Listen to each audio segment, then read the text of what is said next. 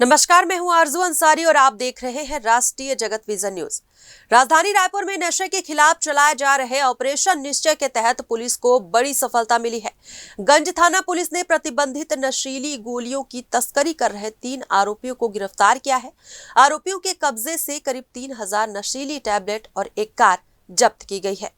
जब्त सामग्री की कुल कीमत लगभग 4 लाख रुपए बताई जा रही है। पुलिस के मुताबिक तीनों आरोपी ओडिशा से प्रतिबंधित नशीली गोलियां लाकर रायपुर शहर में बेचने की फिराक में थे। इसी दौरान मुखबिर से मिली सूचना के आधार पर गंज थाना पुलिस ने कार्रवाई करते हुए उन्हें पकड़ लिया।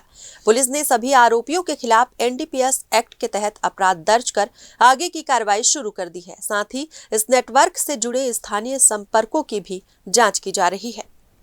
पुलिस के द्वारा नशे के खिलाफ कार्रवाई में ऑपरेशन निश्चय के तहत कार्रवाई लगातार जारी है और इसी कड़ी में गंज थाने को ये सूचना मिली थी कि कुछ लोग हैं जो प्रतिबंधित नशीली दवाइयों के साथ घूम रहे हैं। तो इसमें गंज पुलिस के द्वारा सूचना के आधार पर कार्रवाई की गई और इसमें एक कार को रोका गया। कार में 3 व्यक्ति मिले जिनका नाम प्रफुल्ल पटेल, भावेश खटानी और राज करके थे और इस कार की जब तलाशी ली गई तो इसमें 3000 प्रतिबंधित दवाइयाँ थी, टैबलेट। इनको जब्त किया गया है और एनडीपीएस एक्ट के तहत कार्रवाई की जा रही है। प्रारंभिक पूछताछ में इनके द्वारा बताया गया है कि ये उड़ीसा से दवाइयों को ला रहे थे।